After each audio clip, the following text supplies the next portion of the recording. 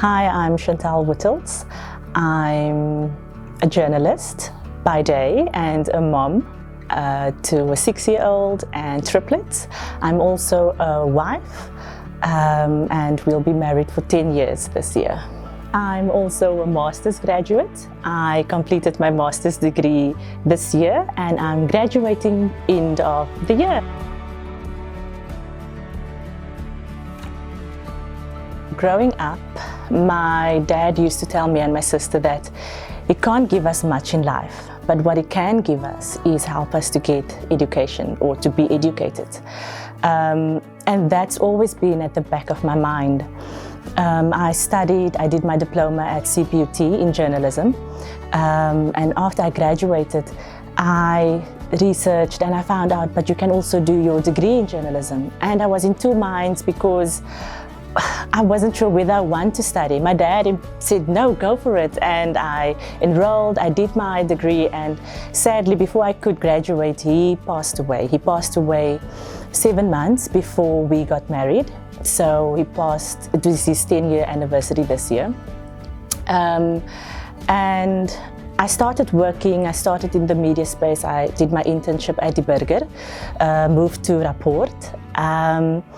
Moved around, ended up in online, which I enjoyed a lot.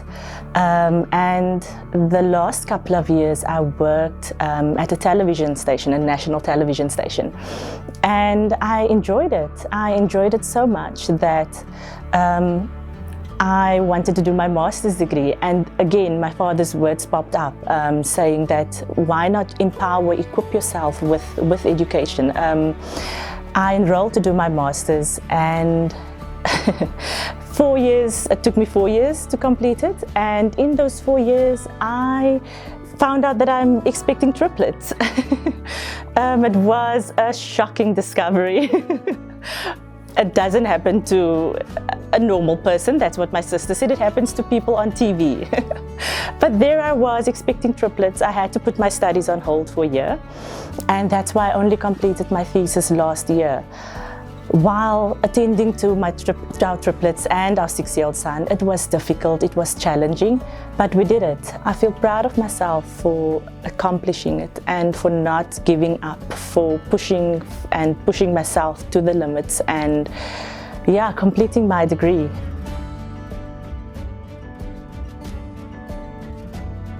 It took me, I would say, 4 months to get used to the idea. Those 4 months was a big adjustment for me on a personal level because I was scared to tell people that we are expecting triplets. With every doctor's visit, you would hear that it's a high-risk pregnancy and anything can happen to them. I was always scared that should we visit the doctor the next time, all 3 heartbeats won't be beating anymore.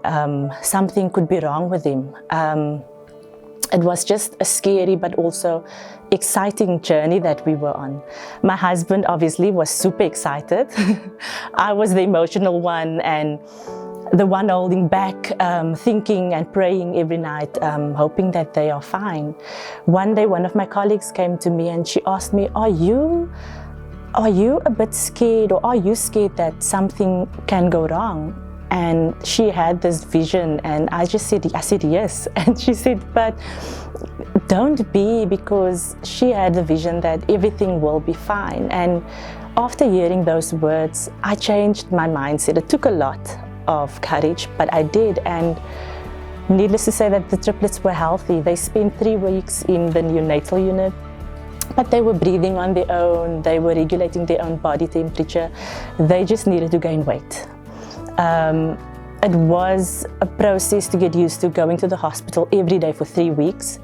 I was anxious being in hospital, being in my hospital room without my babies next to my bedside. It was something that I didn't foresee. I don't know what was going on in my mind, but for some reason when you give birth to a baby, you have your baby next to you. I didn't know that they wouldn't be next to me. And when we left the hospital, me and my husband, we left the hospital alone with flowers and balloons and bags, but not with our babies. So I think mentally and emotionally, that also plays on your mind. leaving your babies behind, will they be okay? But they had the best care ever. They were in capable hands, and yeah, they are almost 2 years old, turning 2 in 4 months' time. I can't believe it myself. How did we get here? We made it. Everyone's still surviving. They are fine, they are healthy. They are noisy, they are loud, but we enjoy them. They are at a cute stage now where they are copying our words. They are super cute, and it's just a blessing having them in our lives.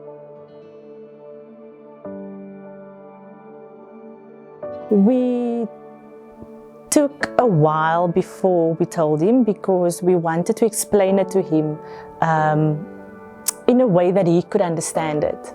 So we waited until the first appointment with the doctor, and we showed him the photo of his 3 siblings. At first he couldn't understand, but how is there 3 babies in mom's tummy?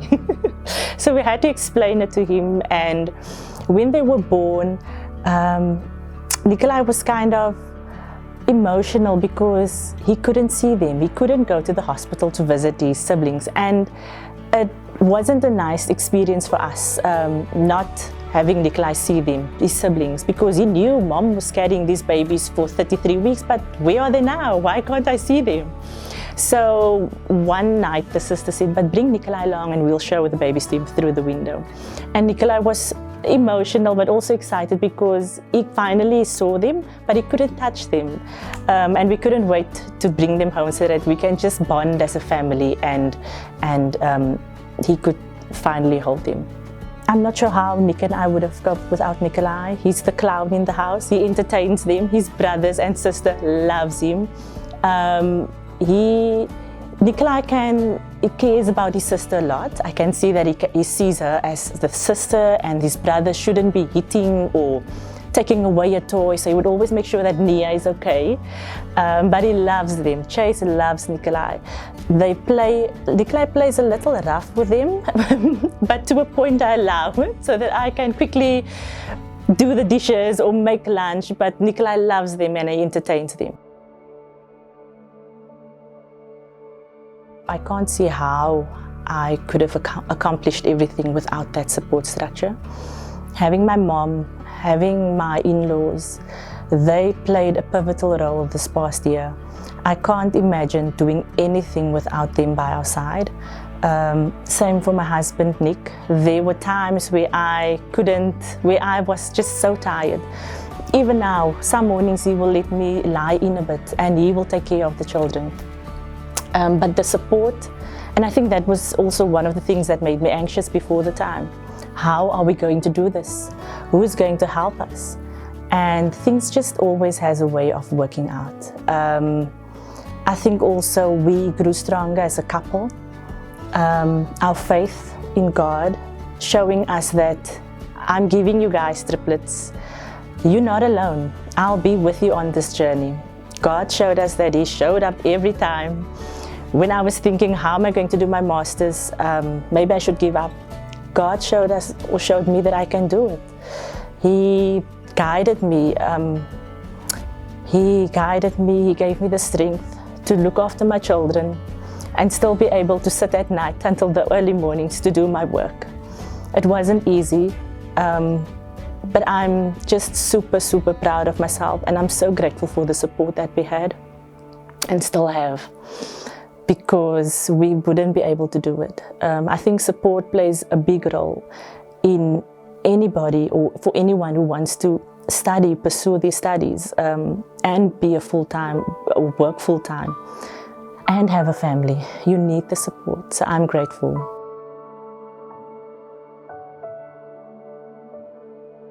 Empowerment is when you want to be a better version of yourself, and be a better person, a better friend, a better mother, a better wife.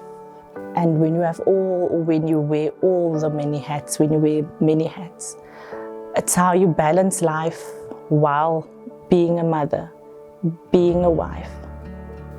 Empowering yourself as a woman, it's so important, because for me, I can easily lose my way, myself. Who am I?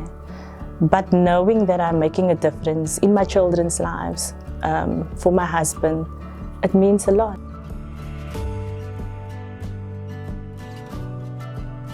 My mom. She's small in stature, but she's got a big heart, a big heart of gold. She took care of me and my sister after my father passed away. She fulfilled the role of being a mother and a father, and she always has an open door for family, for friends, always listens to everyone's problem. She takes care of the family. She would give a last to someone on the street. And although she's faced adversity, challenges in her life, she overcame everything. And if I can be half the person she is today, that's what I'm striving for, to be every day, to be like my mom.